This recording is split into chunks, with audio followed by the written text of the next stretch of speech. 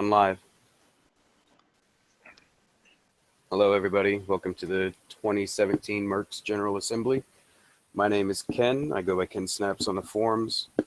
We've got pretty much the entire council here. Rob Oldhart wasn't able to make it, but it's all right. Tom's going to cover his section. We've got these pretty visual aids to help us, and if you guys have questions, there's a link at the top.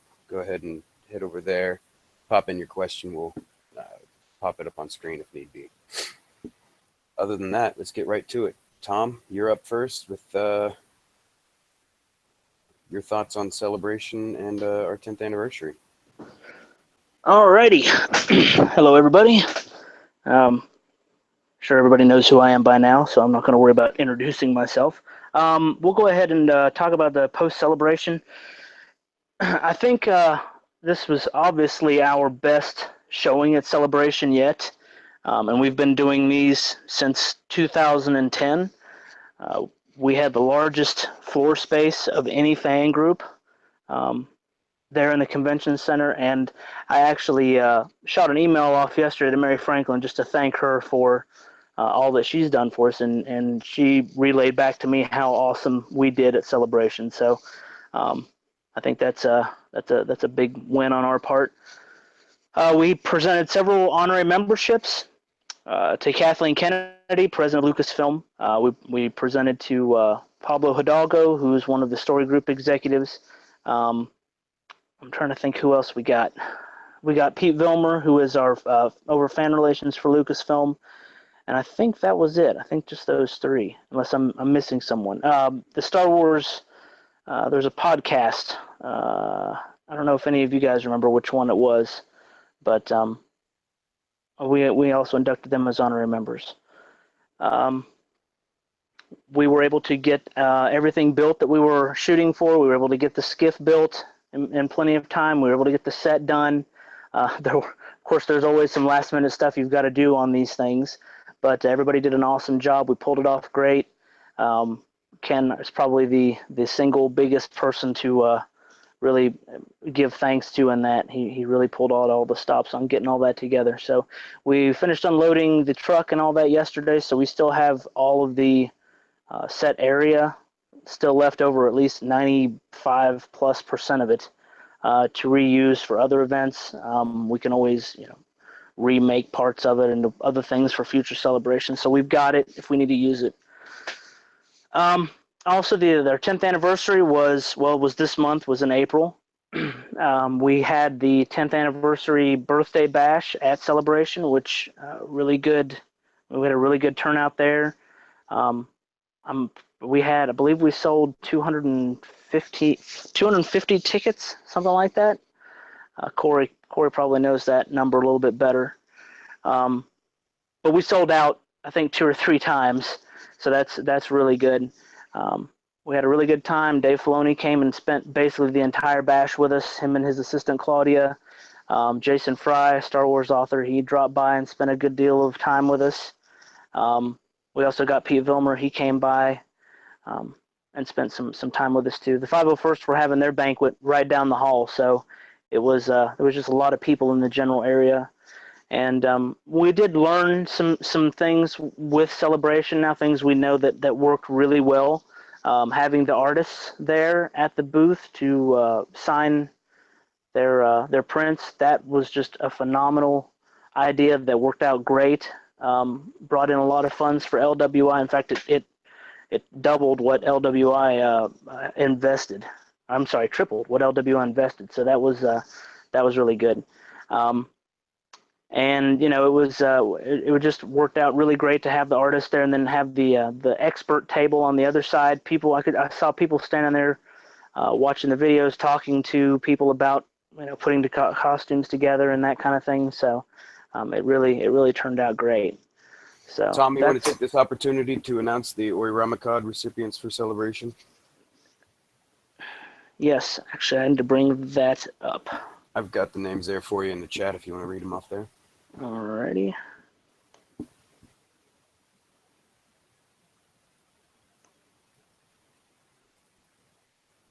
Getting there.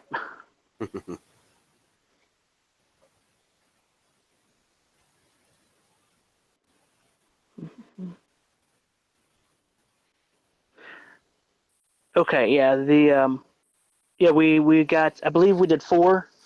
We're doing 4 Ori Ramacod for celebration. We're doing, let's see, 1, 2, 3. I'm waiting for the last one to pop up here. All right, so we got Jose LeBron, um, Dexar Arcada. That's his screen name. Okay, that's Jose's screen name. Gotcha. Brian Nell, who goes by B Nell, and then Cyper, Jim. Everybody knows Jim. Everybody knows Cyper. Most people who've been approved in the last 6 months know Jim. I think Jim. Okay, sorry, Jim's already OR. And then I think Those we've are the got 3. Okay, and then also we got a big special thanks. I think we were going to shout out as well, weren't we? Yeah, the big shout out was for Jim. He's already a Ramacod, but Gotcha. he refuses to acknowledge it. He refuses to take praise, so we wanted to praise him again one more time here. Gotcha. Yep, he did a lot. Everybody really. These 3 individuals specifically spent a lot of time around the helping out around the set when they didn't really have to be. They really gave 120%. Especially Brian. I mean, Brian's not even an official member yet. He's about to. Oh, it is. Did he apply? Okay. Yep. He just really gave tons of time to that. So that that's one thing about a celebration. You think you've got all this time to go do a million things that you want to go do, but by the time you get to the booth, you start doing things around the booth to help out. The 7 o'clock rolls around and you're like, I didn't get to do anything. So it's great when people actually step up and really help. So I really appreciate the work that these individuals did.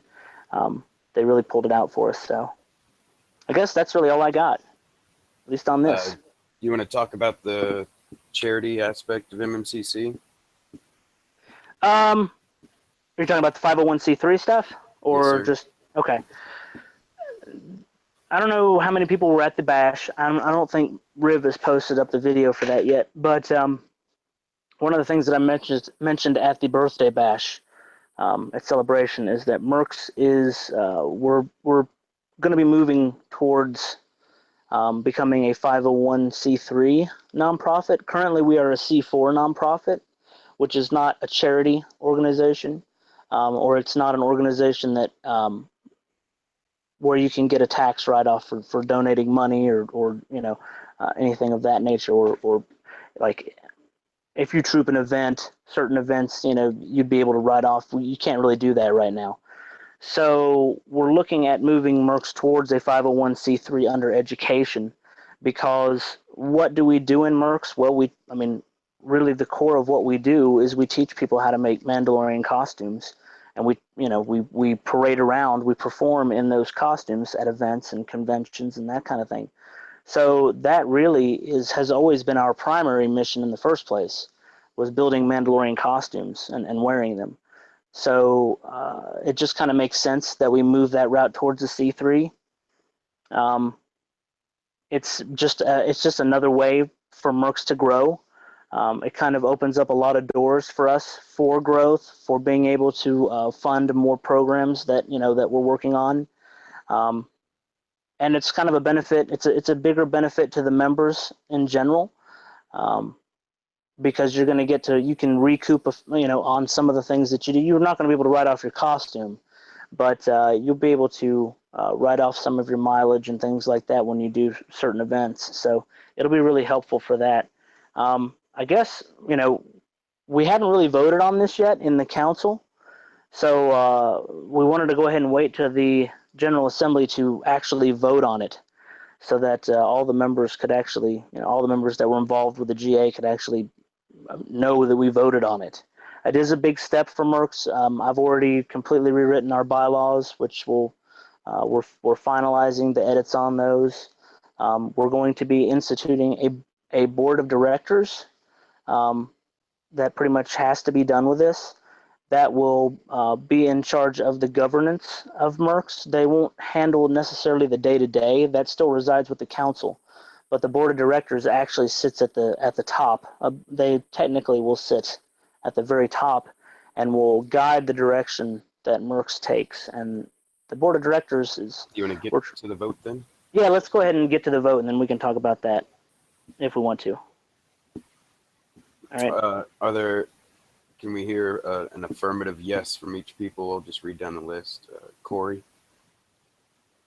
Affirmative or negative? Yes. Rich? Yes. Regina? Yes. David? Yes, aye. Salvatore? Yes. Sean? Yes. Tony? Yes. Rob is absent, and I will vote in affirmative as well. With 1, 2, 3, 4, 5, 6, 7, 8 votes, that's going to pass. Regina, we're going to ask that you push this also to the conclave and have the RCs vote on it to ratify it, and then we'll get the rest of the documentation pushed out. Thanks, Tom. Yep. Tom, do you have anything else you want to cover? Wasn't in the mentioned in your notes? Do I need to? Do you want me to go ahead and cover the tribunal stuff? Yes, please. Okay. We've also, around the end of last year, I started working on a rewrite for the tribunal system. One of the biggest issues we have with, even though we rarely ever have tribunals, that needs to be said first and foremost. We rarely ever have tribunal cases. But when we do, our biggest problem with tribunals is keeping them so there's oversight involved, and also having very active peers on the tribunal. So we've had so much problems with that over the years that I felt like, maybe we just need to go ahead and rewrite the system. So I rewrote the tribunal system into a permanent style system, and we've rolled that out with the council. We're going to be rolling it out to the membership here shortly. But basically what it consists of is the regional commanders are going to be nominating 4 individuals from their region, and then the council will appoint one person from each of those groups of 4 from each region to sit on the tribunal as a magister of the tribunal for a period of 2 years. And then after that, there'll be another selection. They can either continue to sit if the RCs are happy with them, and the judicial officer who is considered the high magistrate, if he's happy with them, then they'll continue to sit, or we can reappoint more. So it's going to be a more permanent system, but each region will be represented in the tribunal, so that that way we have a well-rounded peer system for judging these cases that come up, these hearings that are just require special attention like that. The magistrates will also be able to work with the RCs on issues where the RCs may have questions about, how should we proceed with this? Also, the magistrates will be investigating these level 3 issues, so it's not like people have to worry about, who's getting our all this information, these dealing with witnesses or whatever. All that's going to be handled completely by the tribunal now. The JO will sit on it as he leads the tribunal. The ALOR will sit on it as the council magister, and then the tribunal magisters themselves. So there won't be. It's not anything that has to do with council hearings. Those have gone away. Everything is a tribunal when it's something of that heavy of an issue. So all of this is written down. Members can find more about that by following the links in on the forums, right? Yes, we have a statute, and we actually have the tribunal. They have a statute, and then they have kind of their own constitution. So. All right. That's all I got. Thanks, Tom. Next, David Perry, our brigadier. Like to speak to a couple of things. David, take it away. All right. Good afternoon. My name is David Perry. I'm the brigadier. As mentioned, my name on the forums is Vraeden, Vraeden. So if you have any questions about the brigades, please send me a PM or talk to one of my brigade marshals. All right. Just a quick recap of the brigades as they are right now, and I'll be publishing more because I'm obligated to do an annual State of the Brigades address. But just going into this year, or as we wrap up our year, the Star Wars year, right now we have 216 brigade approved kits. That's not 216 members because we have several members who have multiple brigades kits, and they're all fabulous. Of those, we have 150 active members, and that's minus retired and inactive members. So if you get retired, you get removed from the brigades, and if they come out of retirement, you'll have to reapply to become a brigade member as well. Since May 4th of 2016, we've approved 35 new brigade kits. And we've got a couple in the pipeline who are real close that we're going to get through before May the 4th of this year. So I took over as brigadier on August 31st of 2016. And we've been, as a team, we've been transitioning from Rakim to myself. And I've got to give a special shout out to my brigade team, my brigade marshals, Arya Dabral and Kai Ritat. And from Supply, Dark Hiram, from Art, Cade Namas, and from PR, Misha Kitty, because they're the glue that holds this team together, and everything that we do is really in spite of me, not because of me. But we're moving forward with a couple of projects. The thing that you'll see up in the slide currently is the 2-year reviews. This is something that was started a couple years ago. Every couple years, we want the brigade membership just to review their kit and make sure that it still meets the brigade standards. Because, you know, with this club, you're never really done. And like myself, I mean, every couple of months I add something new, but we just want to make sure that you still meet the criteria for whatever brigade or brigades you are approved in. This is not a reapplication process. But everyone who was approved prior to January 1, 2016 is up for review every couple of years, and you'll be contacted by your brigade marshal. Again, this is not a reapplication process. You just need to send some pics to the brigade marshal, and we'll get that straightened up. A couple other things we've got going on coming into the next Star Wars year, beginning May 4th. I'd like to do some, and I've been getting with the quartermaster and the supply team and the art team, and we want to do some brigade exclusive merchandise. We have some patches, sigil patches that we'll have available to brigade members only. And we have some artwork and some other stuff to do a brigade's back patch that will be available to brigade members. And I think we're also going to make that available to non-brigade members as well. So we've got some stuff coming up in that vein. Again, new merchandise because everybody likes swag, right? All right. The next thing I want to touch on very briefly is the new brigade's creation and structuring. When I took over as brigadier, I asked the council and the regional conclave to approve some changes to the codex and the bylaws concerning the creation of new brigades and some other things, because I was reading through the codex and reading through a lot of the things. And I think the system as it was created in, I think, 2010 is different from what we have now. So I'll publish more details on this when we get to the State of the Brigades address. But basically, instead of having under the old rules, if you got 5 members of a certain type, communication specialist or medics, you could petition the council and create a new brigade, and then brigade marshals were elected and so on and so forth. Again, I've had some changes, requested some changes to the codex and the bylaws, which were approved by the council and the regional conclave, and that's all going to run through me or the office of the brigadier.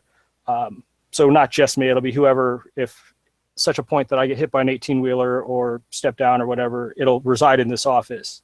But rather than create brigades just left and right, we're gonna go with the organizational structure, which is, starts with the divisions, and we have a support division, we have the offensive division, and then we have the legend and cannons division, and within those we have the different brigades, whether it's the medic brigade, the beastmasters brigade, and so on. And then subordinate to those, we're going to have different professions. And so I see on the forums people that they always want to do a new profession because the brigades are armor specialization and they're generally task specific. And we want people to build and customize their armor to the way that they want it to look. I mean, one of the things I believe is that your armor tells your story. And so I want the membership to be able to express themselves and their character and their Mandalorian the way they like it. And so if you want to write up a certain specialization, we've had a slew of privateers, for example, come through, and which is great. And I love to see that. So just keep writing that stuff up. You can contact me or one of the brigade marshals and we'll do that. We've also consolidated the Legend and the Cannon brigades under a single brigade marshal. We used to have a separate Cannon brigade marshal and a separate Legends brigade marshal, but now they're currently Dobral occupies that post right now. But we've kind of consolidated that. But we're going to keep going with this. Again, I'll have more details coming up in the state of the brigades should come out around May 4th. But like I said, we did have some changes to the codex and the bylaws concerning the brigade structure. Couple other things that are on the table for us right now. We're trying to speed up the application turnaround. I know we've had some applications that have been active for longer than I'd like, and that's my fault. And we are going to work on that. But that's one thing I do want to improve. The other thing another project that was on the table before is the cross division and dual brigade membership. The brigade team, we've been kicking ideas around for that. And I know that there was a vote or a question put to the membership last summer, and that's kind of been on hold as we've been transitioning. But those are the two biggest things that we've got coming up. Again, I'm very happy to be the brigadier now. And I'm hoping that we can continue with the brigades to move above and beyond, which is our motto, and to encourage folks to apply for brigades after they get through the personnel office. Because like I said, I love to see all the creativity, and I love to see a lot of the kits that come through. Just to see what people want to do with their character. If you have any questions or any concerns with the brigades, please send me a PM through the forums. Because I'd love to hear from you, or post up in the brigade section if you're an official member. If you're an auxiliary or a supporter, I think you have access to those forums. But if not, just send me a PM through the forums. I think that's all I have for right now. Thanks, David. I'm pretty Thank you, sure sir. we have some questions for you later on. So if you can stick around, that'd be great. Yes, sir.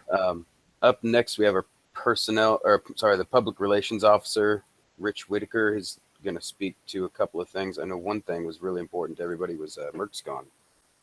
Rich? Thank you very much. Hi, I'm Richard Whitaker. I'm the PR officer, and I'm here to speak to you about a few things. The first one is obviously the MMCC dates. First of all, let's talk about the event itself. MMCC is a convention. Not a convention, it's a conference, not a convention. Let's get it right.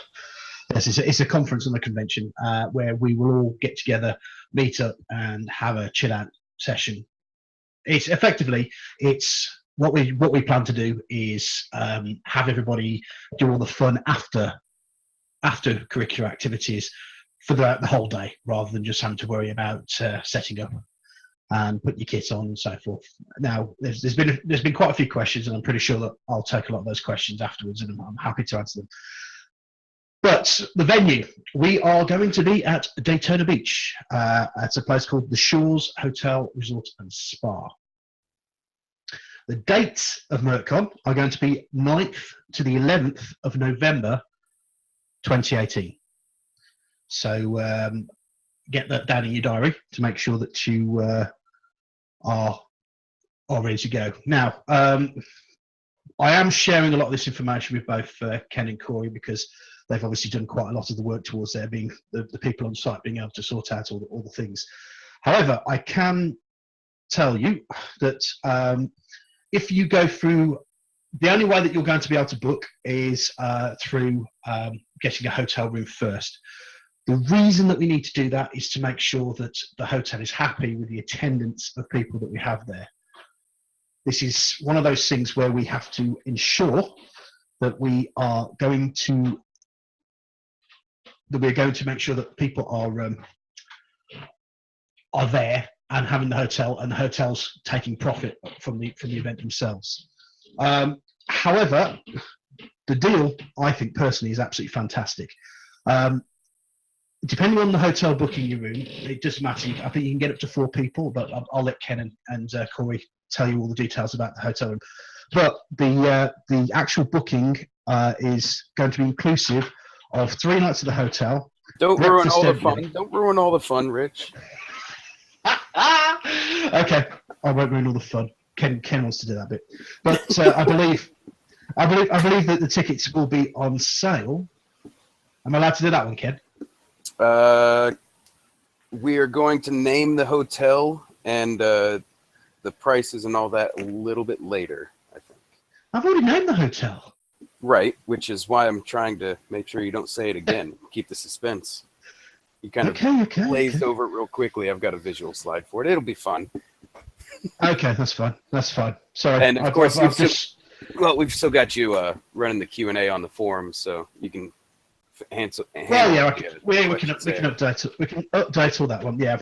So as long as I don't steal anyone's thunder, I believe the tickets are going to be sold from May 4th. So, and deposits will be taken. From that point on, I think I'll shut up because somebody else wants to talk about that. So let's get on to the Mercs trading card game, which is something I can talk with a lot of authority about. The good news is that all the artwork has now been completed for the Mercs trading card game.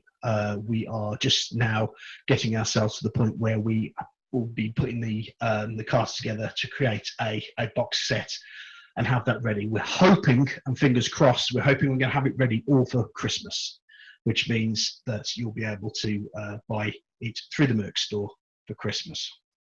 Now, the Mercs trading card game is going to be an interactive card game in the point of that we are going to allow you to take your image and send it over to us, where we will make a card for you so that you can actually have your own trading card within the card game. And that card will swap out for one of the cards in the card game. So effectively, if you have like a good swap set, you could probably have a card of all your friends within the Mercs in that card game. They are going to be split up between Ramicad members, Brigade members, and basic members, and those are some of the different areas that you have. So, for example, Ramicad members can have any of like a certain special type of card. Brigade members will have certain job cards that have certain actions that can be used, and your basic card is just your general +1 card and so forth that you can have on there, and you will have the choice of one of those depending on how well you've how you've included yourself in that. So the fun part of that is what we are intending to do. Hopefully after that one, is also have clan-based blister packs, so that if your whole clan offers their photos forward, we can actually probably do them hopefully in blister packs, which will mean that each member can have one of each card of every member of the clan, which will sell through the Mercs store. So there are ways that we're going to create a larger area for you guys to get yourself out there and to pass out your cards to other people to do that through a section. I haven't spoken to Corey yet about whether we will donate some of the money towards the clan or whether you'll get a discount off certain items for it. I'll speak to Corey about that one afterwards, and then we'll get where we go from there. But effectively, the Mercs trading card game is now pretty much nearly done. We've just got the final bits and pieces to put together, and we're hoping to get it for Christmas. So save up your money and get ready to put some orders in. And hopefully we'll be having some games to play at MercsCon. Now, because we've intended to go to a 5031C, whatever it is, 3C or C3, we're going to have to take PR a little bit more seriously than we would have in the past. We're going to make a few changes to the PR team, mainly being more along the lines of that you'll need to report everything that you have done publicly to the PR team. My team is already updated on what's going on. My team also know that I have a lot of work ahead of it. So we will be looking for more members of the PR team. The PRXO, Misha Kitty, has already been authorised to look for more members of the PR team, and she'll be sorting that out with Ken a bit later. However, the bigger news is that the PR team is merging, in a sense, with the merchandising team. We're going together to create under the big banner of basically the marketing team. The reason that we're doing this is because both Corey and I realised that there are a lot of overlaps between our different jobs and what we do with each other. And the art team is pretty much the central location for where we tend to do our work. So whilst the art team is not coming under, I'll still be in charge of the art team and I'll still be looking after them because I have the graphic design experience from my qualifications. But we're separating the art team away from the PR team as its own branch underneath the marketing team, which both the merchandising team and the PR team can access together. This means there's going to be a few changes in personnel. Misha is going to go from the PR team to the marketing exo. And also Madara is going to stay as the workflow manager, but for all the teams. The reason that we feel we should do this is to make it a hell of a lot easier for everybody to interact. My goal for this year is to make sure that my team all have an equal say in what goes on with this club. I'm kind of stepping myself back a bit and allowing my team to take more power and control over what is going to be said and done over the team. I've installed a few managers already, and that was the first part of it, having managers who are there to take responsibility for the certain areas. And they have shown me that they can organise their teams very, very well. And we've got the PR team is highly motivated at the moment to get things done. So what we want to do is we just take that a little bit further, and we're going to go a bit further with that and join the two teams together to create one big unit that will hopefully make things a lot easier for you, the member, to get things done. And that's me done. Well, thank you, Rich. I'm sure we'll have a couple of other questions. And like I said, I've posted in the live chat the thread for MercsCon. So Rich is all over that. Corey will be in there. I'll try and peek in every now and again. But for the most part, thank you so much for all of that. Up next, we've got Sal Atinello, Caden Rooney on the forums. He's our clan admin officer. He's got a couple of things to talk about. Sal, take it away. Well, thank you very much, Ken. Hello, everybody. As Ken said, my name is Sal Atinello, Caden Rooney on the forums. And we're going to talk a little bit about the clan administration officer position and the team and what we do and some changes and things that we can see moving forward here. Basically, me and my team are responsible for making sure everybody gets all of their proper troop credits. We're recording all the events for the MMCC. We're making sure that everybody's hours as far as charity work goes is recorded, and dollars raised for charity gets recording. Now, some of the things we want to make sure to cover with that, especially with our change in the 501c3, is some accurate charity information coming in on the invasion reports. Now, in the past, it was really focused on the clans and the members in the U.S., but we do want to kind of take this into consideration for all members internationally, especially where charity hours are concerned. One thing that you're going to see is a real focus on the Caring Mando Award during the May 4th Awards. And those are for Mandos who have the most charity hours recorded. We get a lot of questions over what is considered charity hours and charity events. Basically, a charity event is any event in which you are working for an established charity organization, whether it be raising money or raising awareness. So things like Make-A-Wish Foundation, the American Cancer Society, the Red Cross, anything like that. Also, any other nonprofits or not-for-profit organizations, such as public libraries, things like that. You can, Humane Society, any organization like that, if you're working for them or doing an event for them, those count as charity hours. As far as charity dollars go, we want to make sure that everybody is very clear on this with the 501c3. We really do have to watch our record keeping, and I'm sure that our archivist, Ken, will talk to you about that down the road here. But we want to get clans to start doing that recording now. We want you to be very accurate with your recording on your invasion reports. The money you record should only be the money that you, the clan, helped raise for whatever charity event you're going into. If the charity event itself raised a total of $15,000 for whatever charity it was working for, you do not put that on your invasion report. Put down what you, the clan, raised.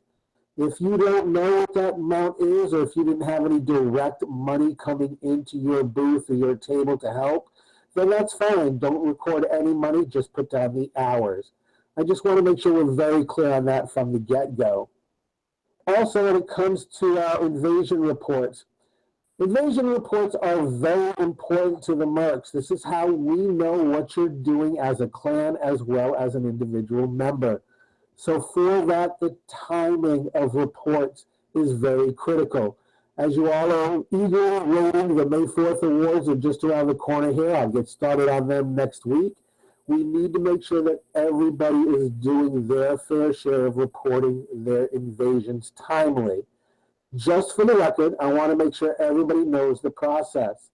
Number one, if you're an individual and you're going to an individual event, report that on your clan's Report Your Troops Here thread. You want to report it as early as possible. So as soon as you've got it done, get on the forums and report that event. Your officers, the clan officers, are responsible for reporting invasions within 2 weeks of the actual invasion date. You'll all notice that is one of the statistics that I send out during the clan review. How many events were recorded after that 2-week period? If we can get all of that done and get everybody working towards those accurate records, that's going to help us a lot in our 501c3 move. Also, just so everybody's aware, the formatting for reporting invasions, we want to be sure that we're recording everybody that goes to an event. We also want to make sure to give each clan credit when it's a multiple clan event. So remember, the items we're looking for is, we're looking for the individual member's OM number. We're looking for their forum name. We're also asking you, if it's a multi-clan event, to separate those members out by clan. So if you can do all that, that'll really help us out, okay? We're also always taking suggestions. My PM is open. Anybody can PM me anytime you want. Just shoot me a suggestion. I'm happy to listen to it. I'm not going to say we're going to enact all suggestions, but I'm always happy to listen to it. And anything that makes anybody's jobs easier, we'll be able to do. For example, we do have a suggestion to use multiple day events and count them as multiple events. That's something we're looking at and something we're going to bring in. Now, annual clan elections and reviews. This is something everybody has asked for in the past. We found a way to do it, myself and Thaxo, Sean, the tech officer, and we've started doing this. We love giving you guys this information. I've always believed that the best decisions are made with the most information at hand. I want to make sure you folks understand this information is for your benefit. Use this review information and try and decide, do I need to see some changes within my clan? Remember, the election process that we have in here in the Mercs is all anonymous. Nobody knows who voted for what, when they voted, all of that stuff. You are the only one who knows who and what you vote for. The only way for other people to find out is if somebody tells them. If you tell others that you voted a certain way, that's the only way they'll know. So you can rest assured and feel free to vote your heart and your conscience. Just make sure you use the information we give you, and you can then make an informed decision. I'm sure there'll be questions down the road, and I have things that we're going to be enacting down the road. We will use the chain of command, meaning I'll work with the conclave minister and your regional commanders to get notifications out to all clans and individuals. We ask the same thing of you. If you have any concerns, questions, obviously follow your chain of command. Go to your RC first, and then that'll go up the chain. That's it for me. Thank you, everybody. And Ken, thank you very much. Thank you, Sal. Next up, we've got our personnel officer, Tony Johnson. He goes by Ulrich Cantier on the forums. Right before he begins, I want to let you know that the question link at the top does pop up questions. We can see them. I'm not ignoring them, but we haven't gotten to that part of the presentation yet where we're going to be answering those questions. So if you have more questions, please pop them in. We'll answer them if they're on topic for what we're talking about right now. Otherwise, we'll hold them until we get to it. Tony, whenever you're ready, take it away. All right, everyone, what's going on? Tony Ulrich Cantier, as Ken pointed out on the forums. 2016 was a very good year for us. We set a new record as far as OMs approved, which was 321. Currently, we are actually behind coming into May at only 100 members. So definitely going to need everyone to step up. Definitely going to need everyone to step up over the next. We've really got to make a good push in the summer because the winter months, they start to slow down for us. So we've really got to step it up. If you've got UMs that are on the cusp, let's get involved. Let's keep it going. We want to keep on the average of at least 320, 315 a year. I'd like to get up to 500 a year. That's our goal. And the team's set up to handle those kind of applications. But the only way we're going to get there is by everyone jumping in and doing their part. Currently, right now, we are currently at 1,777 approved applications. So congratulations, everyone. That's we were wanting to break 1,700 by this time. Last year, this was my goal. We're at 1,777, but we're starting to fall back a little bit. So we definitely need to kick it in high gear and get it going because con season's in its highest. So this is the time to get them going. So going to talk about the new process. As most of you know, we went through a complete restructure shutdown back in September and October last year, in 2016. Since this time, we've broken down the team into 6 approval teams that are still monitored by myself and Tom, and at-team directors. Now, they're currently listed as app-team XOs, but we just had a lot of stuff we had to put priority in front of celebration. So we'll go back to having one app team XO, and the rest of them will be directors that actually run different departments as far as our CRO department, our communications department, which handles communication in the forums, communication in the QA. So we've kind of departmentalized the app team. We currently have 32 members serving on the app team, and we've got another 5 in the chute that we're going to be bringing on in June, but I'll get to that in a second. So with the new app team process, I get to ask the common question of what is our turnaround time? Well, before our new restructuring, we were at 4 to 6 weeks is what our application process was. Our application timeline was. This is about the time that it would take for you to submit, gain feedback, and even if first time goes, it would still take 2 to 3 weeks just because of the amount of applications we had. With the current process right now, we are averaging 3 to 10 days, and we're more on the side of 3 to 5 days, but we do have a couple applications that take a little bit, just more discussion involved. And that's from getting the first feedback back. Now, we have had some members who have gone through the pre-app process, just kind of had the perfect time of everyone being on the boards at the same time, got approved in 24 hours. It has happened, and it is possible to get to that way again.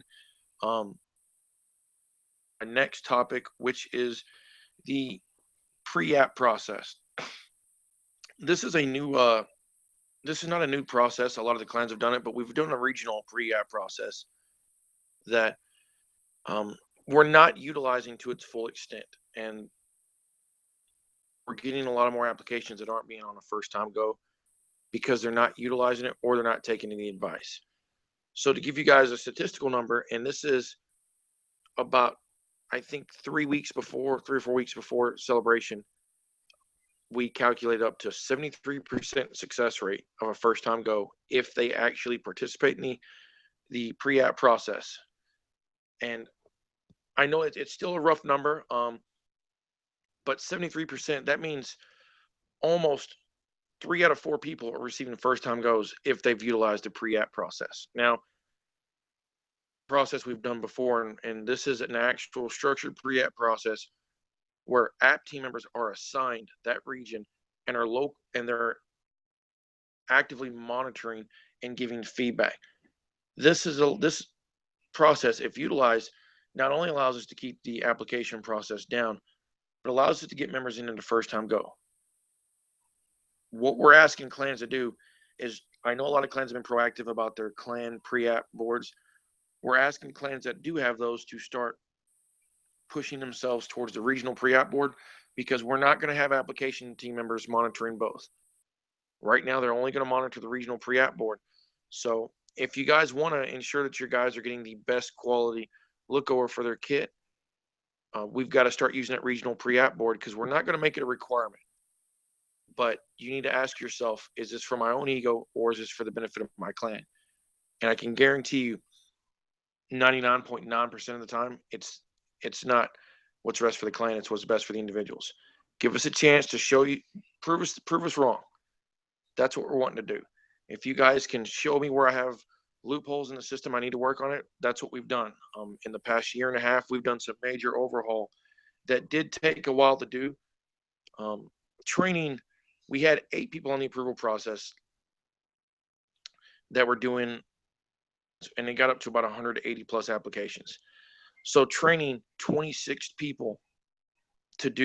people to do the job that myself and others have done takes time. And it took us almost a year to get the entire team up, because we had to hit the floor running.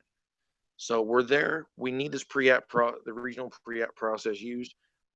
If you don't, you've got no dog in the fight when you come to me asking like, hey, this is not right. Well, try me out here. So I challenge everyone that's not doing it, work with me, show you that me and my team are here to help you guys out. And I promise you, you're going to find that this is actually going to be more beneficial than anything. And we're very open to feedback. Just because I don't use all of it doesn't mean I don't look at all of it. So moving on, we were going to talk about the Rusal overhaul. I really haven't had a lot of time to work on the Rusal overhaul. I was at one point thinking of abolishing the role altogether.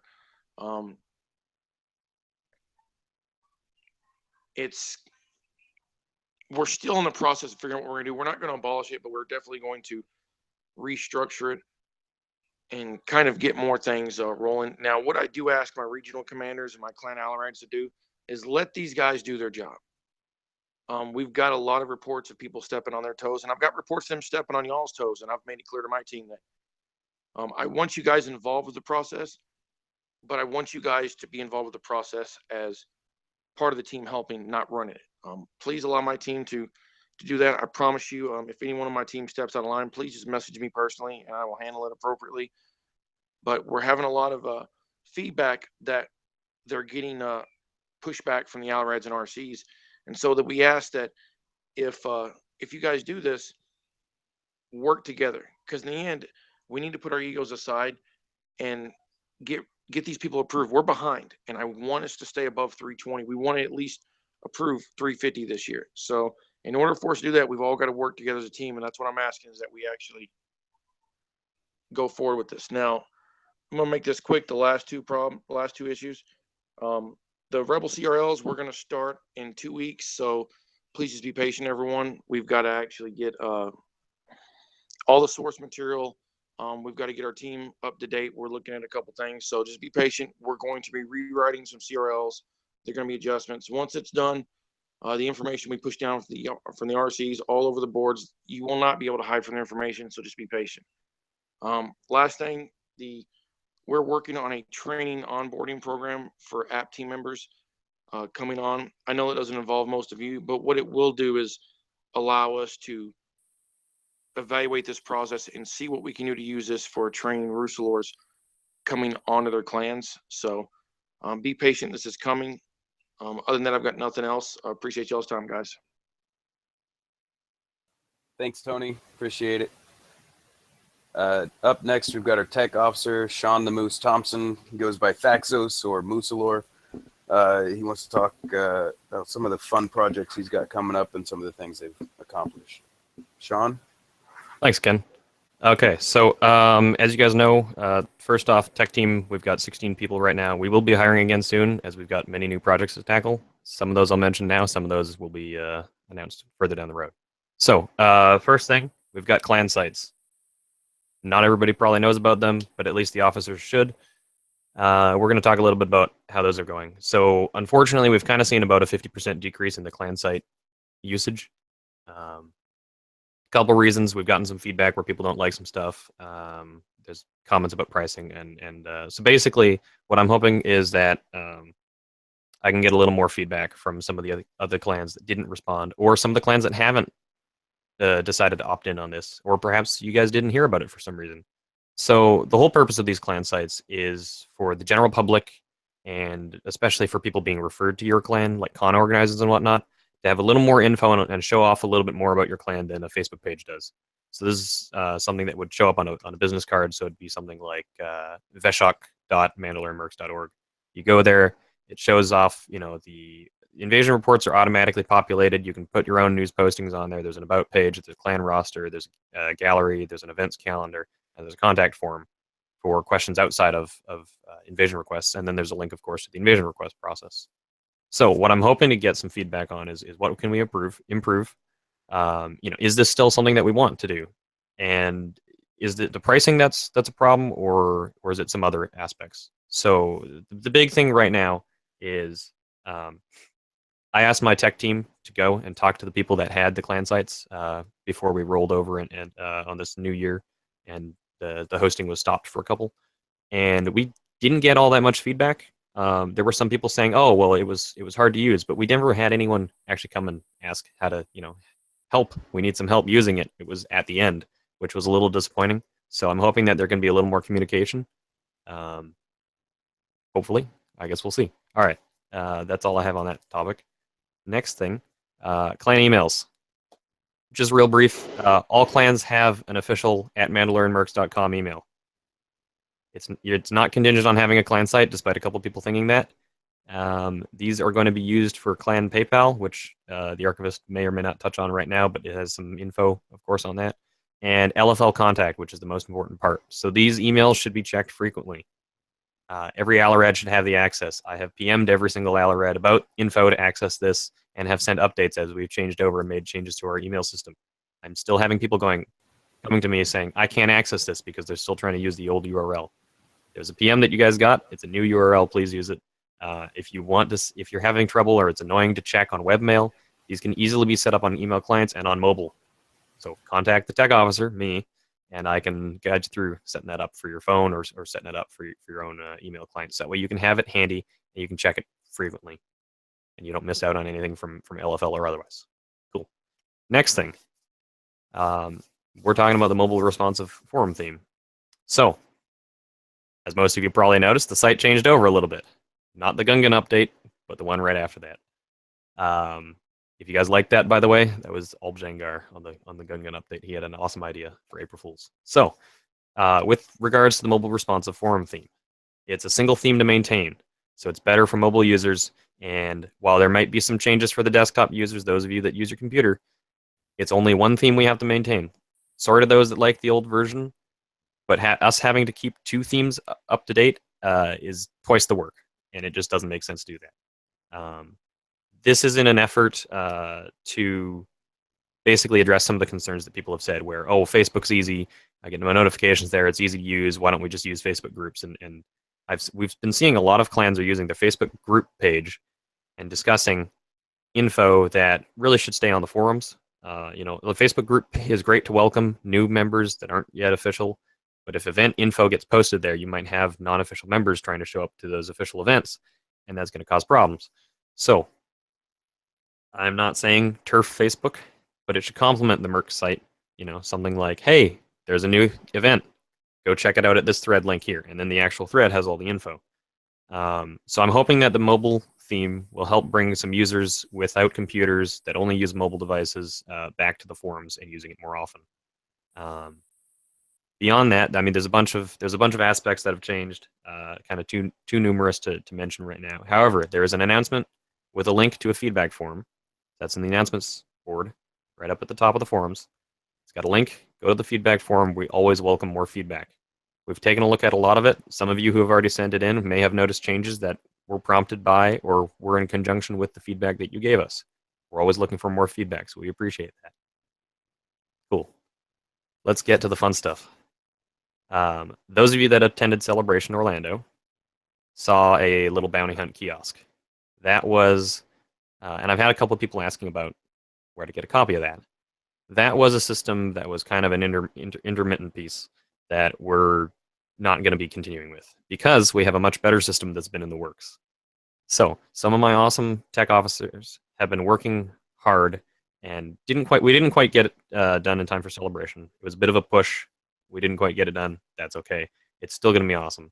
So there's two components to this. There's a Celebration module and there's clan level modules. So Celebration module, what we're going to do is we're going to digitize basically all of the bounty hunt. So when someone goes to the booth and they want to place a bounty, there's going to be the bounty hunt master running that main terminal. People can enter in all the information, show a photo of the target. That's all going to go into this system. And then we're going to have teams of bounty hunters.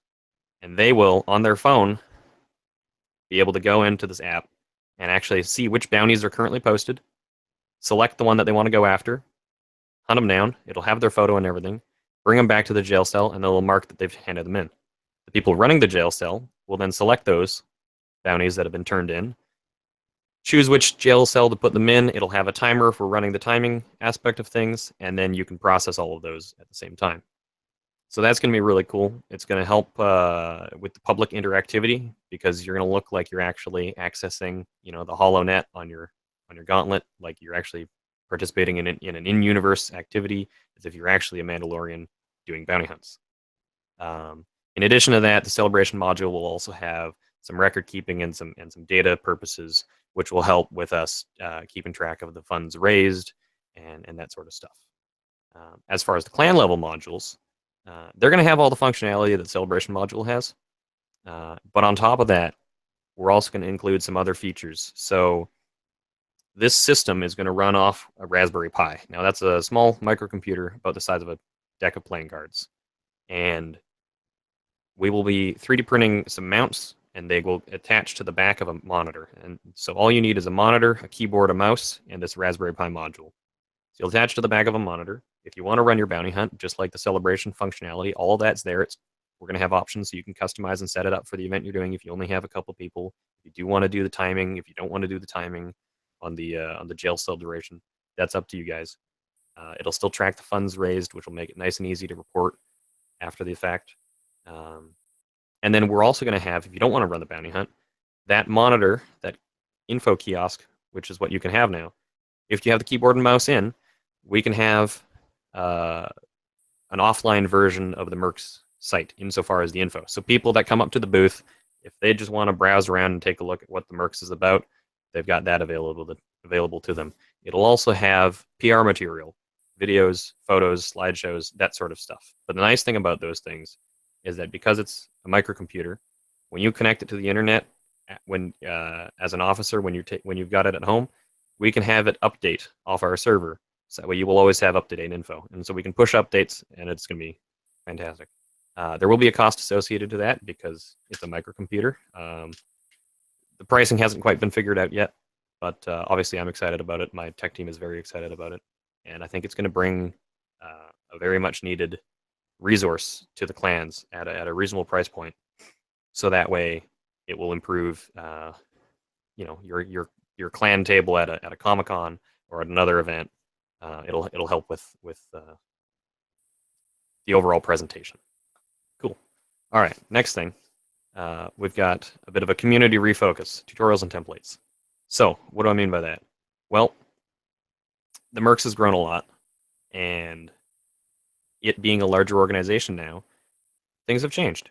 And I've heard this comment, or these sorts of comments from a lot of different people over the last couple of years, in that we're not a tight-knit community in the same fashion. I'm not saying we're not a tight-knit community, but certain aspects have changed, and I'd like to see us get back to that in some regards, specifically tutorials and templates. From what I've seen, there've been some commentary that I thought really shined a light on the situation where people were saying, "Oh, well, I've had to go off-site to get resources.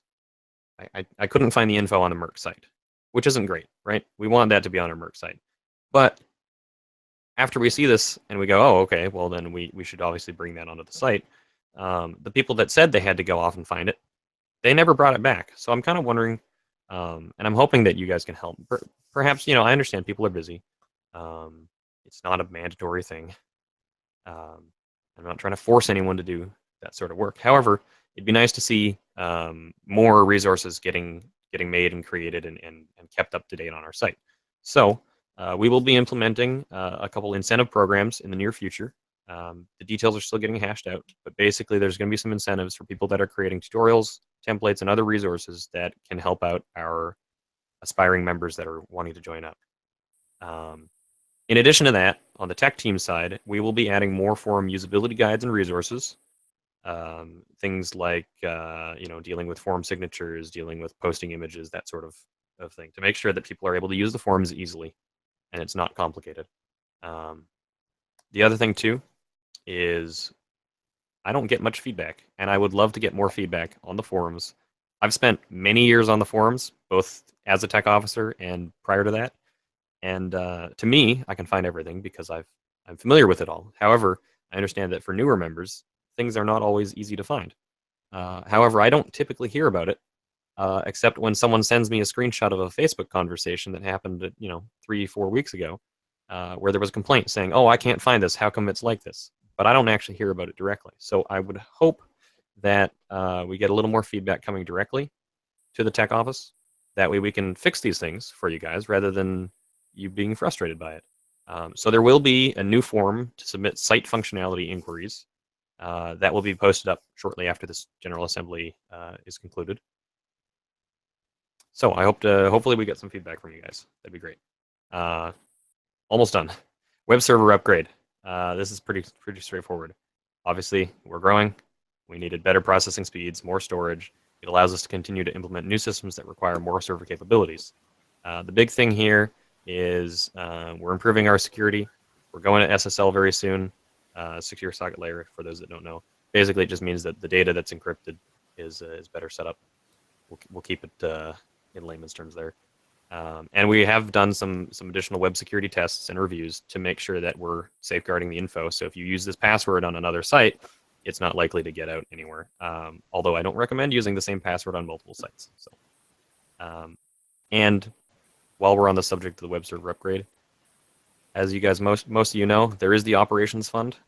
Donations to our operations fund is what helps us keep the site running. The costs have gone up yet again, so your donations are very much appreciated if you feel inclined. And that's basically all I've got. Feedbacks on these topics can be sent in. There's going to be another form that I will have also posted shortly after the General Assembly is finished. So I appreciate your feedback on specific things I've mentioned as well as the various topics that I've discussed. Thanks. Thanks, Sean. Next up, we have the quartermaster, Corey Applegate. Goes by Corey Snaps on the forum. She's going to talk about merchandise. Probably answer the questions about when Merc store is going to be open again and all that celebration merchandise. Fun stuff. Corey, when you're ready. All right. So the burning question is when the store will reopen. Everybody has been asking me about that. The store will reopen tomorrow. We had to do inventory after celebration. So, and I had to ship out or get everything taken care of that was purchased in March that I ran out of time to ship before Celebration. So that's all taken care of, and the store will be open tomorrow, and it will include everything that I currently have in stock. I know that you guys want the round centerpiece patches from Celebration. I don't have them yet. I ordered more of them because we sold 300 of those at Celebration. I know there are lots of people who still want them, so I ordered 200 more, and I just got to wait for them to get here. And I know I just skipped my first slide. Last year, after paying for the inventory and shipping, we raised about $30,000 through merchandise sales that all went into the operations fund. Some of it went into Little Warriors, and the rest pretty much went toward building that incredible set that we had for Celebration. So our goal is to continue our upward climb as far as bringing in, money for the mercs to continue to pay for our appearances and build new fun stuff. In order to do that, we have some projects going on. Like I said, I ordered more of those Celebration patches because all you've been asking for it. The 10-year patches that were available at Celebration will be in the store. I still have about 200 or 300 of those each, depending on the design. We are working on doing a couple more 10-year items. We've got a t-shirt design in the works. We have a coin design that we're going to push out. We have a joint patch with the Dark Empire because they are also celebrating 10 years this year, so we'll be pushing that out soon.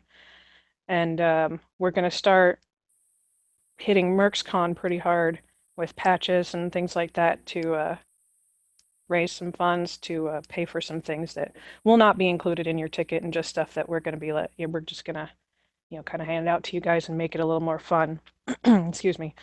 We're also working on a new logo for Little Warriors, rebrand the whole thing, and then we'll start pushing LWI merch out also, so you guys can support LWI and support the all the efforts that go on over there with the scholarship and everything else they have there. And we're also planning to push out some stuff for the Verdika Corps because we're working on updating that as well. So a lot of fun stuff coming out of the supply office over the next year or so. Celebration this year, we obviously had a lot of merch sales going on over there. We had the donation boxes that were out available throughout the booth, and we did the silent auction and the raffle at the bash. At the bash itself, between the silent auction, the raffle, and people who paid at the door to get in, we made $4,700. The bounty hunt was not as popular as it was this year. It was not as popular this year as it was in Anaheim. In Anaheim, the bounty hunt brought in about $2,000. This year, we came in at $750.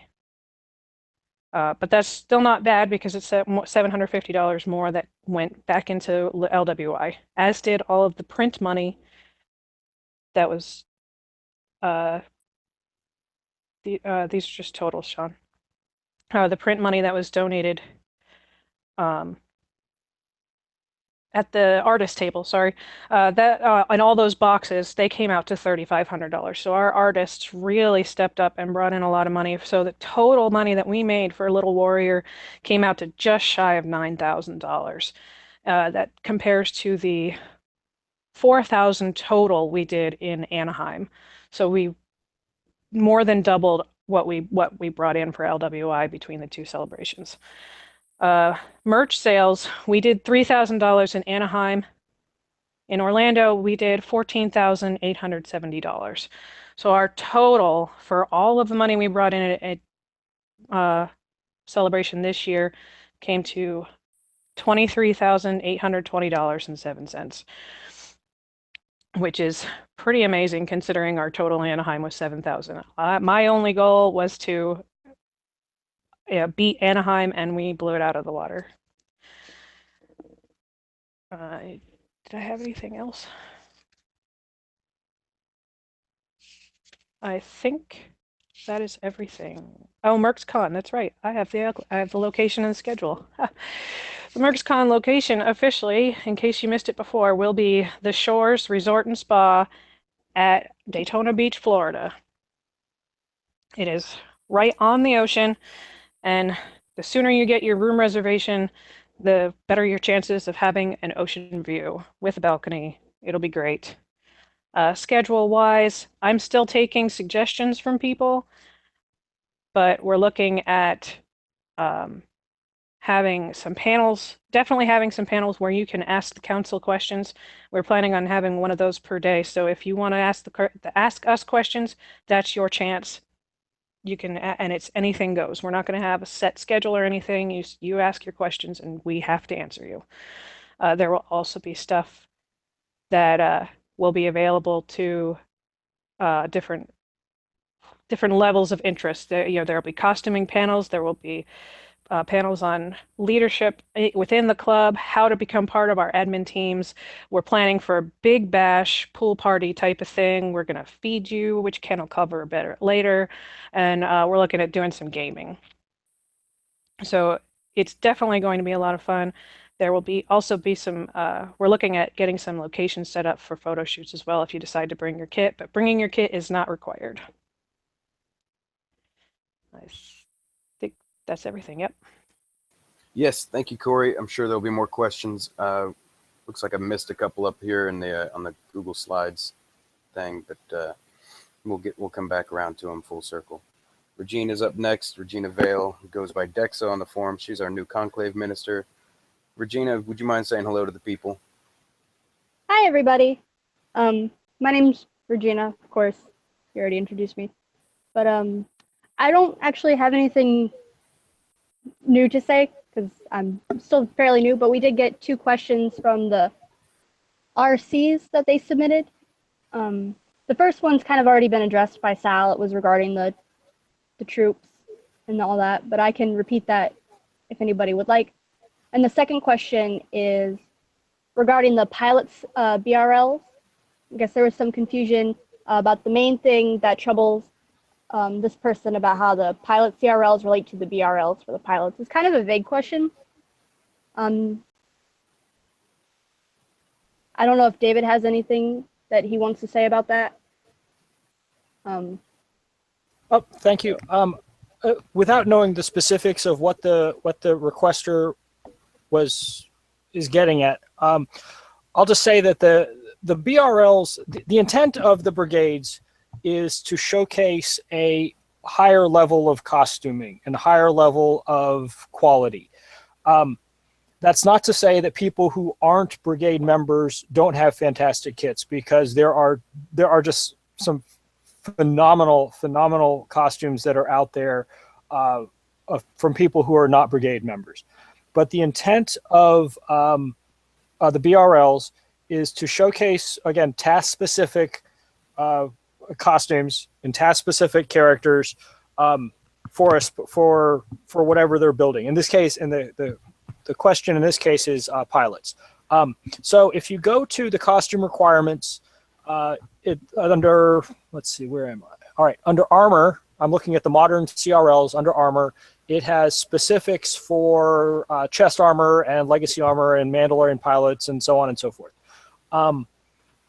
And then if you go to the other section, if you go to the brigade requirements list, there is a separate BRL for pilots under the 267th Rapid Assault Brigade. There are some differences, very minor, in the CRLs as they're written. I'm sorry, the BRLs.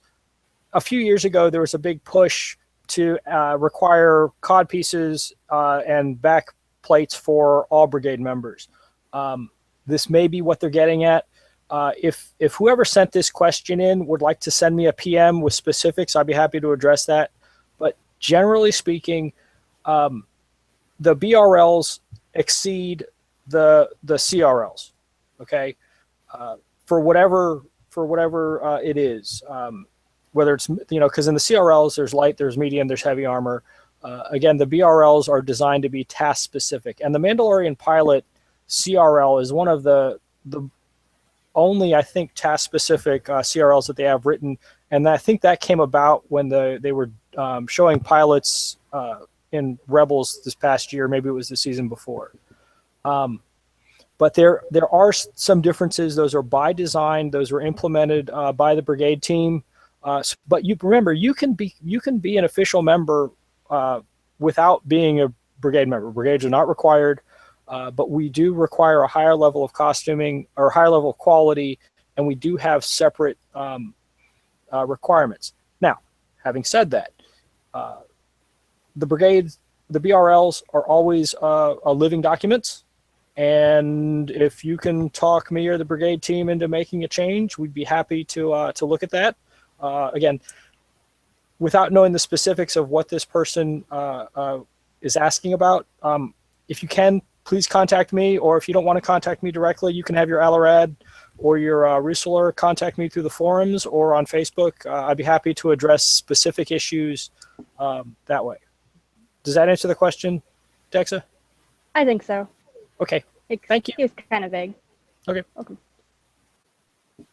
And that's all I had question-wise. Yeah, I think Okay. I think that's all I had. I'm sure if we can find another one, we'll throw some more at you. Otherwise, ladies Okay. and gentlemen, please welcome Dexa. She's filling in for what Lord Ken had been doing for a bit. She's going to be here until 2020-ish. So we wish you all the best, Dexa. Thank you. Before we move into my area of talking about the club financials and all that, I've got a couple of questions in here. I've got too many screens open and I missed one or two. But the name of the hotel was covered. We've got the store opening covered. Pre-apps will not be made mandatory, to answer that one. LFL's contact info. I handle all of the I handle all of the email addresses that LFL reaches out to us with. So if you don't have the clan email address, access, all that fun stuff, please get with Sean in the tech office. Otherwise, LFL cannot get in touch with you because they are using the official Mercs email addresses for the clans. To clarify on that, I had sent out a PM to every Alorad at the time. So, Yep. and every any new clan, any new clan, you guys will be like the first time there's an Alorad, you guys will be given info about your clan email. So everyone should have it by this point. Somebody asked about the Bounty Hunt app. If your question wasn't answered already, yes, it will be available to clans for local events. I assume that we covered that one as well. The last question I've got here is about the amount of money we raised and how much we had to spend in order to raise that money. Putting on Celebration, not counting the merchandise costs, just the set and getting everything there, all that cost us almost $10,000, leaving us just under $15,000 profit without having taken into account that we had to buy all of that merchandise before we could sell it.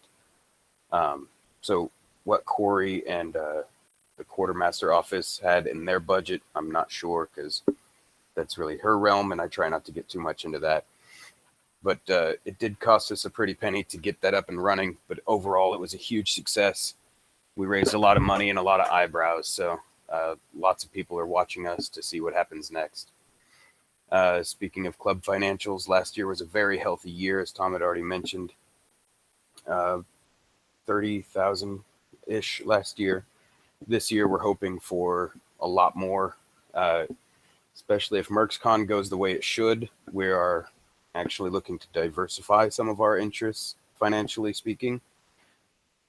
All the better for improving our club's business credit, so that way we can put more or be able to take out money as needed from loans or whatnot to pay for big things and then pay it all back. All super fun stuff. Point being, we are very healthy financially. We're setting up procedures from the top down, which leads me into the club property as well. Right now, the club owns a truck and a trailer, speeder, battle barge, a couple of other props here and there. We have these all accounted for in our in the council threads, and we've got a thread that annotates everything that's club property. Most of it falls under the club's insurance as well.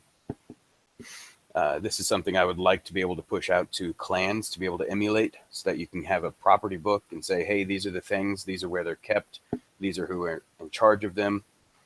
But basically, if there is club money invested into a prop or a piece of property, whether that be a vehicle or land or storage space or what have you, it all needs to be annotated and marked as such, so that way it can be monitored and taken into account, all that fun stuff. So the region and clan, if you hadn't seen the threads hanging about the officer boards, there are a couple saying, hey, as we're moving towards C3, we're trying to make sure we have all of our ducks in a row.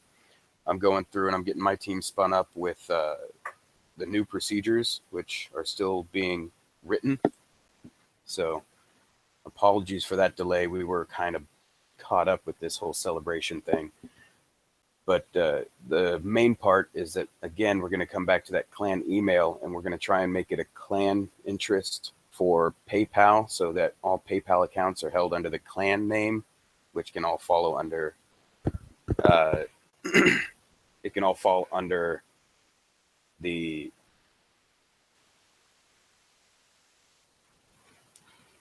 I got a comment saying that you can't hear anything. Am I coming through all right? Somebody give me a shout. I can hear you fine. All right, thanks.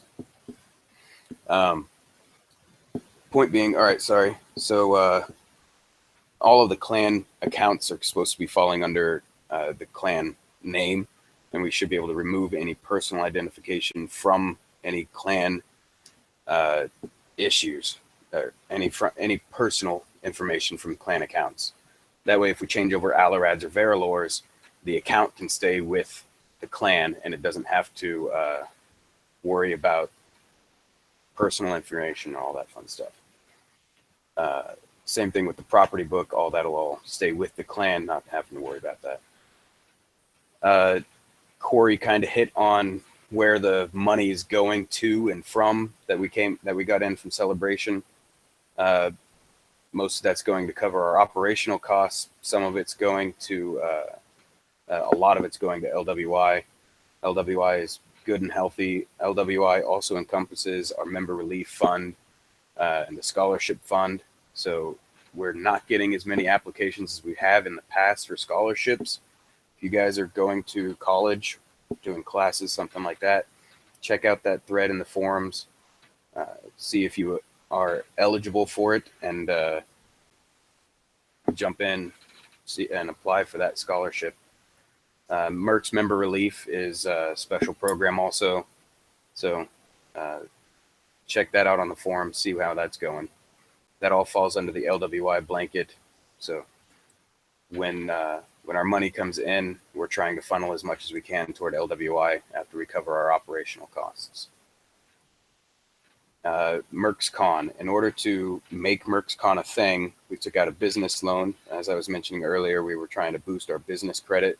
This is our best. I'll post I just saw this question pop up, and while I'm there, the scholarship fund, the thread is is on the forums. As soon as I'm done, maybe Sean can post that link in the live chat for me for where the scholarship is. The MercsCon business loan was to help build our financial credit for the club, but it was also $15,000 just to secure the contract with the hotel.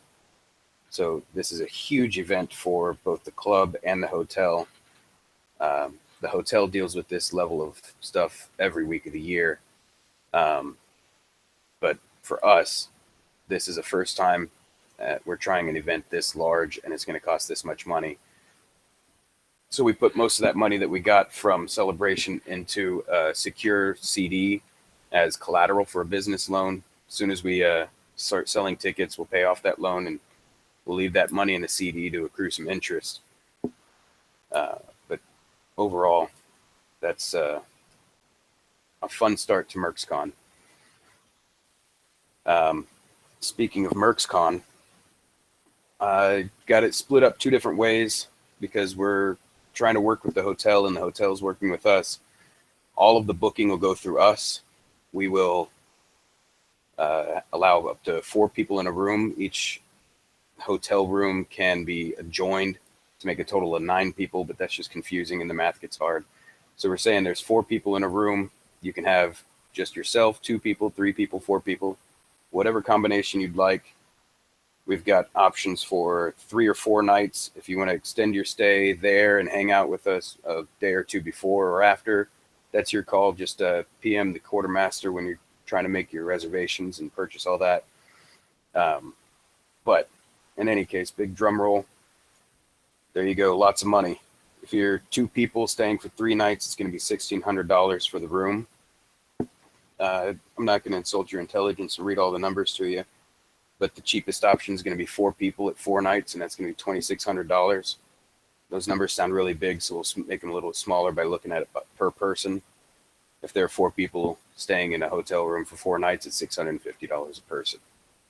If you equate that to Celebration or Dragon Con or San Diego Comic Con or any of the other big cons, that's actually pretty cheap for a 4-day. That's your room and the event. I'll come back to this slide in just a second, but I want to make sure I'm not forgetting anything here, because you're looking at your room and your parking and the admission to the event all wrapped up in that same money, as well as some food. Throwing in breakfast from the hotel, which is normally like $40 per person. It's ridiculous, so we beat them down. Had that, it's all there. There's going to be 2 dinners and a bash. All of the taxes and fees from the hotel are going to be rolled into this. All of the MercsCon swag is going to be included in that. And of course, we're going to have a good time had by all. I'm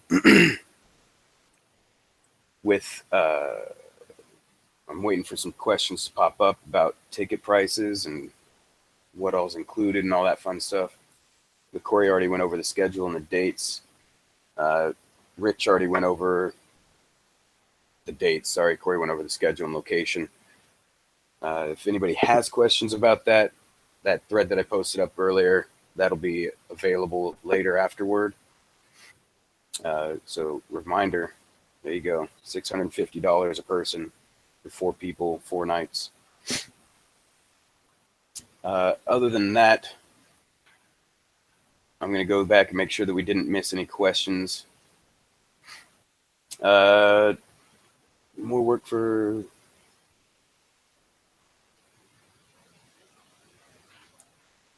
Jason Ski asks if we're going to C3 and there will be more work for clan officers, can we revisit additional clan staff? Yes, absolutely. Right now, we're not looking for adding more work. We're just making sure that the work is actually getting done the way it's supposed to, which goes right into this other question about clan PayPal account being accessible to use without linking to someone's bank account. You don't have to be able to use a bank account with PayPal. That's all part of my Q&A and the instructions that I'll be posting, so I'll show you how that works when that comes down the pipeline. It's going to be mostly on the Verilors, with the Alarads doing the accounting. So the Verilor is going to be in charge of the account. The Alarad is going to be the one who monitors it and makes sure that the spending is going correctly. Anybody can donate into it, but the spending is going to be the big part in making sure that the Verilors are putting the appropriate LWI money up to the LWI account and the Mercs Club accounts that matter.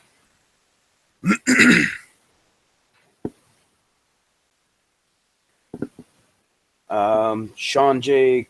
Cosplay for larger clans in Sandhawk. Bruce Lords have to act like Alarads because of the distance. What will the new email changes do?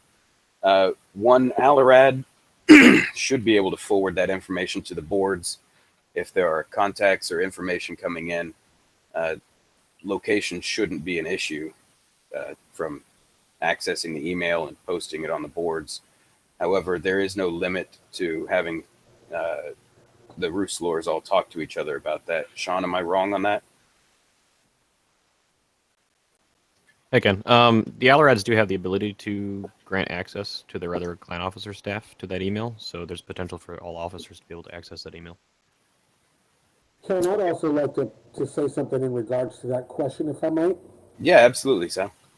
So, one thing that concerns me in this question is the comment that Lucilos have to act more like Ailorads.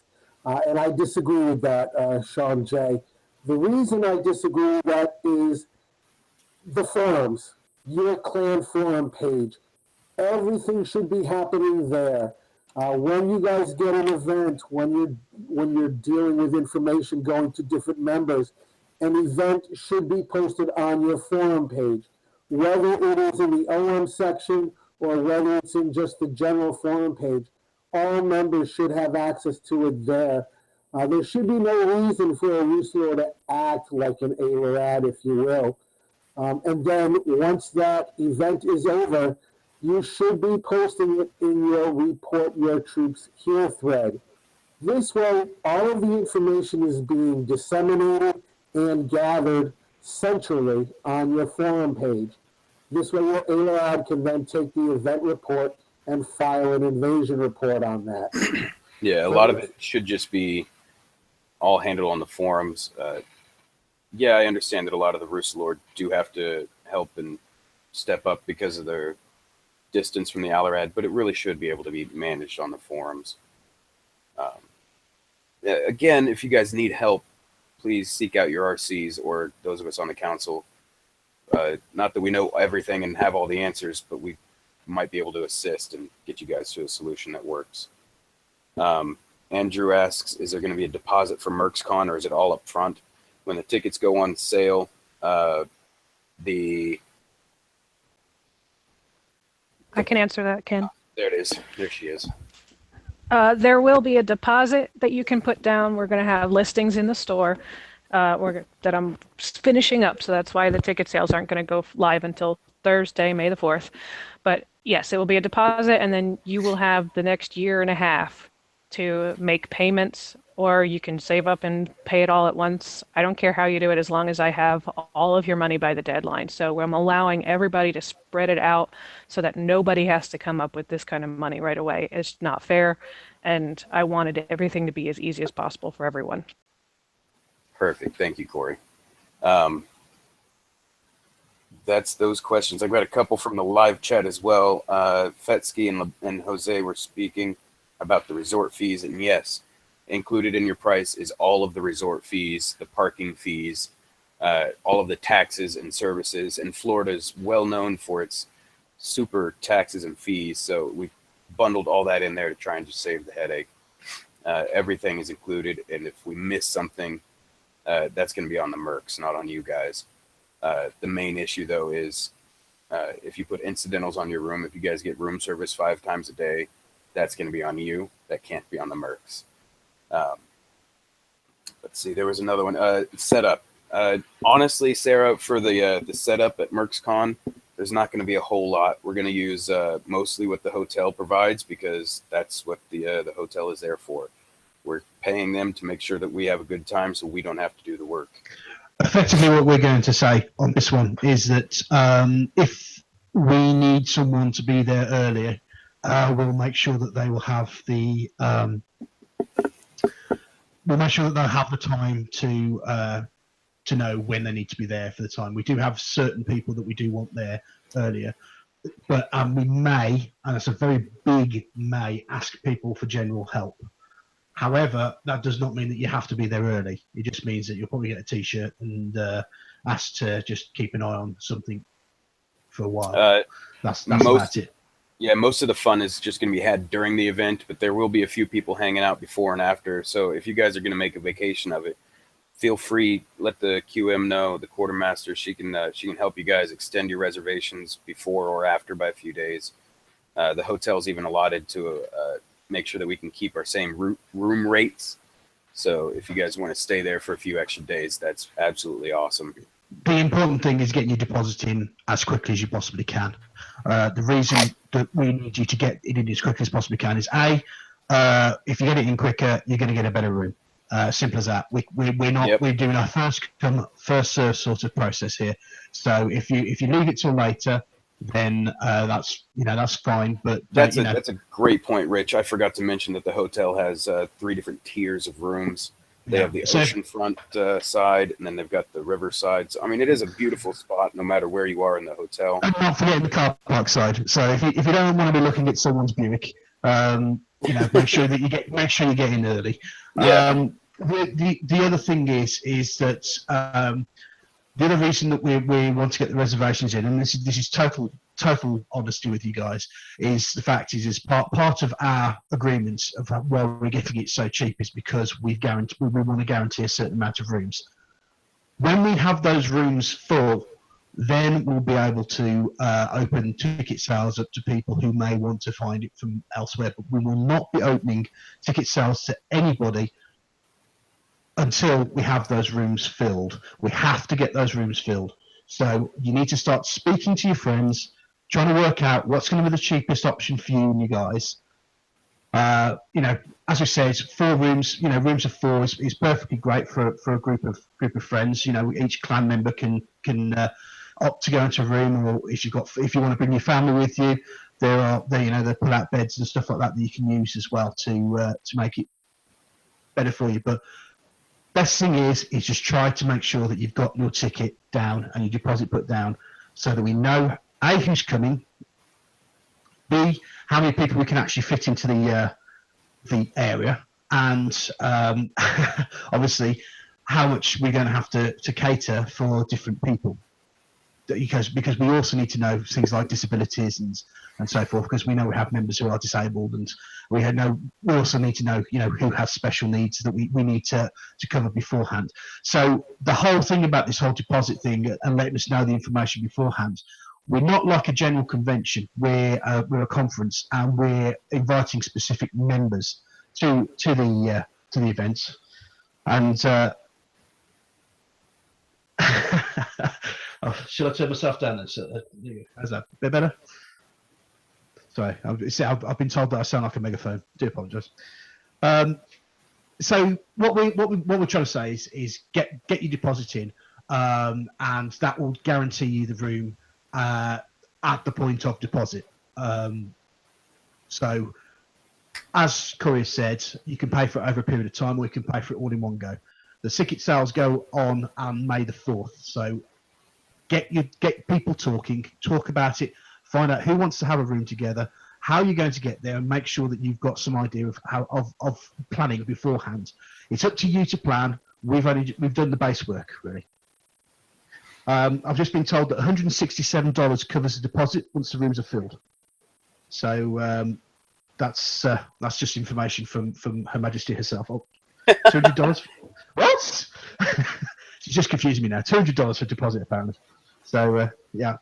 The deposit when you buy your ticket is $200. It doesn't matter how many people or how many nights. It's a $200 ticket. That's just for saying, hey, I want to make sure I have a room. I'll figure out my roommates and all that other stuff later. It's $200. Pop that in. You get all 4 of your friends. It's only $50 a piece to make that first deposit, and then you've got the rest of the time from now until I think it's 60 days before the event is when we're drawing the first deadline. The other thing is that deposit refundable? Now that's another question that people might want to ask. The initial $200 is not. So make sure when you put the deposit down that you are committed to go, or the group of you are committed to go. This is why I'm trying to say that you should get there. And the funny thing is this is the point where Ken was wondering when I was going to start waffling on about stuff, and this is the point, Ken. MercsCon is going to be a hell of a lot of fun, but there's going to be a hell of a lot of organisation behind it as well. We will potentially ask for people to volunteer on the day, but nobody should need to come beforehand unless we specifically ask you to. If you want to come in early, if you want to go to the hotel early, or if you want to spend a bit later, as Ken says, just have a chat with Corey over the situation and base it off your deposit. If you've got your deposit in, then we can talk business afterwards. Get your deposits in. That's the important point, because we want to make sure that these rooms are booked solid so that we can ensure everybody has a great time. Mike, I'm not sure which deadline you're referring to, but hopefully we covered all those deadline questions for you. Mark Wasserman asks, how will having multiple people in a room at the con work without ticket buying? Multiple people, when you guys check into the hotel, you'll be given a packet of stuff that's going to include your room keys, your parking vouchers, your breakfast vouchers, and your pretty picture dangly ticket thing. Some people call them badges, but we don't need no stinking badges. So you can have as many people as you signed up for your room. And we might have that'll some be Tyvek wristbands for when the free bar on the Friday. Free bar. Nobody said anything about a free bar. What are you talking about, free bar? Damn, nearly got away with it. There's another question that does need asking, actually. I nearly got you on a free bar there, guys. This is how hard I work for you. Where's the question now? Will there be an option for an event-only ticket option for MercsCon and those staying offside? The answer to the question is not until the hotel rooms are full. So if you don't book the hotel on site, you run the risk of not being available. Now, what could happen is that someone books for their family and their partner might not really be that interested in going to MercsCon. What we are going to be doing is running some extracurricular activities for partners and significant others who aren't that interested. And I can't remember, some of the guys from Florida Clan are going to be doing some extra bits for people to allow them to help. We've got some pretty amazing spouses down here that are heading that up for us. So they will be coordinating things to do if you are not interested in being at the cons. Family along, they're talking about shopping and all sorts of stuff. Mike is asking about per person versus per room. Yes, it is 4 people, 4 nights, $650 per person, highlighted right here on the slide. If you want to look at it again for ticket price per room, there you go. It's per room. So Shannon J, rooms will also be available to Orcs members. We're not biasing on who's going to get the tickets. We are going to effectively allow a certain groups to be able to book first, but those are certain people who we need to make sure are at that event. But it means that Orcs members still have the option to purchase, because Orcs members have put a donation in towards the club. So therefore, they will have a higher option to be able to take the thing. Also, the cost for Tiny Humans is insignificant, really, because you're booking per room. So if you're getting a cot or something like that, I'm not too sure. It's probably just going to be the cost of the cot, or the small bed, or whatever. So as long as you've got room for that person, then getting into the event isn't going to cost you anything more than what the room is going to cost you. We don't have a cap per se on this, so we are selling the rooms until we hit our minimum, but our cap is how many rooms they have in the hotel. So if we sell more than what our minimum is that we're contracted for, then we can continue to sell rooms. You're not going to miss out if you don't make it into those first 100 rooms or whatever it is. So if you still want one after that, you'll definitely make it. It's just those are the minimums we have to make. And sorry, Rich, go ahead. It's okay. Don't worry. I just like interrupting people. No, Ken, you might want to talk to them about food and stuff per person. It's all included in the ticket price. Okay. There's breakfast vouchers you'll be given at check-in. That includes for Friday, Saturday, Sunday. So if you're not checking in until Friday, you're missing out. There's 2 dinners, including the bash. I wrote bash because I'm not advertising that it's an open bar on the bash, but there may or may not be a free bar. But dinner Friday night, Saturday night are included. We have lunch breaks scheduled. We were going to see if we could get some snack availability or some lunch options provided by the hotel, but that pushes the price limit higher than what is comfortable. I don't want to see the ticket prices go up to over $750 a person. That just starts getting ridiculous. If you note here, we'll have all these prices listed in the store and in those threads and all over the place. But if here we only show the 2 people because the hotel doesn't care if there's 1 or 2 people in the room. All they care about is that there's 1 or 2 people is the same price. When you add a 3rd person, that's when they start adding on prices to the hotel rooms. I'm not seeing any more questions pop up, and I think we've hit all of them. So if you guys need anything else, please hit us up on the forums. Council, you guys all good to go? Nobody else has any other questions? I don't see anything in my notes from you guys. Real briefly, I saw one of the questions popped up regarding the bounty hunt app module. People have already started PMing me regarding when they can get it. We don't have a hard set deadline quite yet, guys. It's going to be by the end of the year, but it's not going to be like for your con in a month or 2. So bear with us. We're getting close to being done, but we don't want to release it when it's not fully finished.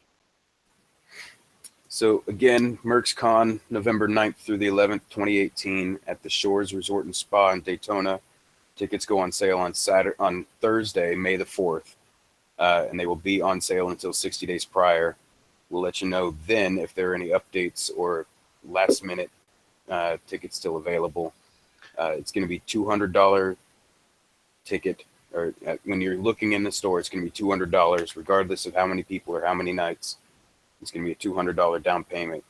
That first initial $200 is not going to be refundable. So if you have to bail, you're going to want to find somebody else to take your spot and cover that cost for you.